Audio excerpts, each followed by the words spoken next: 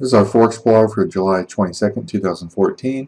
These are our currency indexes, which let you see visually what each individual currency is doing. For instance, you can see the euro is kind of going sideways. It's above its hourly moving average, which makes it strong. It's above the previous day's high and breaks down. You would expect it to break back up, but it doesn't. It breaks underneath the hourly moving average after going sideways for 5 to 8 hours, and therefore it's likely to go down. And you can see the dollar strong. The yen is in a downtrend, but it kind of breaks out here at 3 and trends up the rest of the day. And so therefore, you want to sell the weak euro versus a strong dollar or strong yen or any other currency that's strong. Here's our signals, and you can see today we had a very small risk in this trade. It generated 1.5 to 2 times more profit. Here's the risk on the second trade, which also worked. And then we found the absolute low, which generated 3 times more profit than the risk. And then we continued to trade back in the trend that generated a profit. And then we had one very tiny loss, which basically lost the distance from here to the stop out point. So this was, the only loss today. And yesterday it only had one trade, small 12-15 pip win. The previous day, Friday afternoon, it had a small loss here, a very tiny loss, win. That's the euro. I'm going to show how to use our currency indexes, but let me just show some of the other currencies today. The first trade is a loss, 5 or 6 pips, short here, small win. Here's another loss, and then a very tiny loss. Sometimes the high probability trades just don't work out because the market doesn't have enough volatility to carry on. You can see here in the euro yen, small risk, huge win. We made 10, 20, 30, 35 pips or so. Small win, very tiny win, another tiny win, very tiny loss, and a small win. So you can see this win got rid of this loss. You're left with this a win here and here, which more than make up for this, and then you have a very huge win here, so it netted about 35-40 pips in the euro yen, maybe even 50. And here's just one more, just to showcase I'm spending more and more time every day trying to get our signals to work on the top 14 currencies. All the dollar pairs, all the yen pairs, euro pound, euro Swiss, and so forth. So here's one of the trades I've been talking about for many years, narrow range rectangle breakout. And again, you can see small risk because that's where the stop is, and it generated maybe 1.5 to 1.8 times more profit than the risk. Then it went short right here, which didn't pan out. You lost a little bit less than what your original risk was, which you got back on the next trade. Then you went long, you made a little bit of money on this trade, and unfortunately gave this profit back on this next trade. So these pretty much canceled each other out.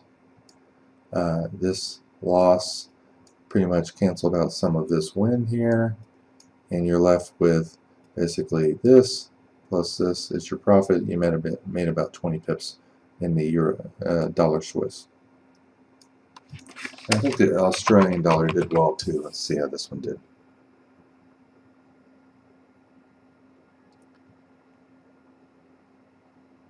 Oh, yesterday it did.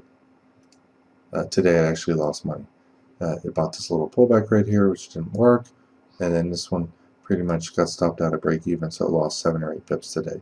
Yesterday it pretty much had a break even here, a small win, bought the low, made about 20 pips yesterday.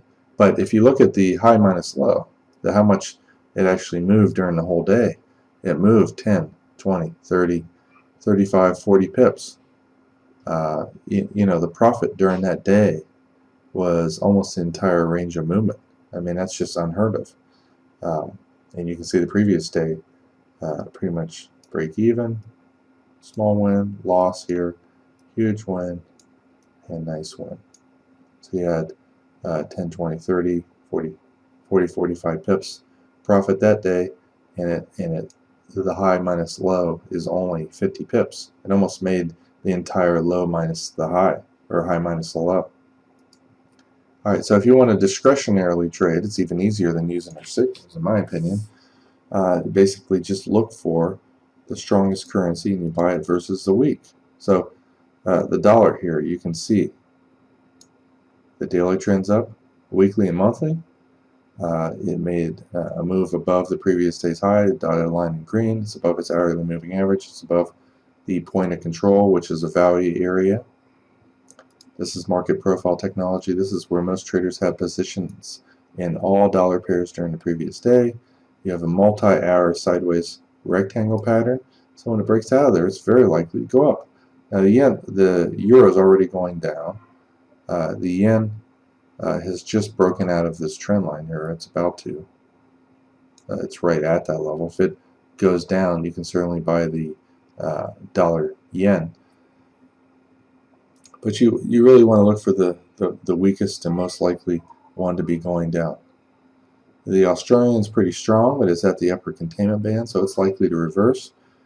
I always like finding a currency that's super strong that's likely to reverse. Ideally, this daily, weekly, monthly, or most of them would be in a downtrend, and so you'd be selling the absolute statistically likely high in a currency that has a weaker trend.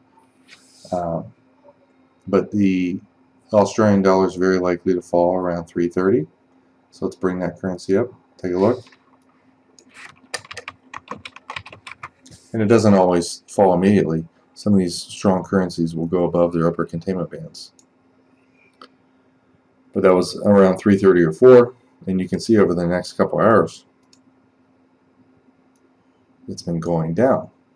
It didn't fall that much because it was unfortunately in an uptrend. But I like to find high probability trades at the time of the trade. For instance, the dollar's kind of going sideways right here.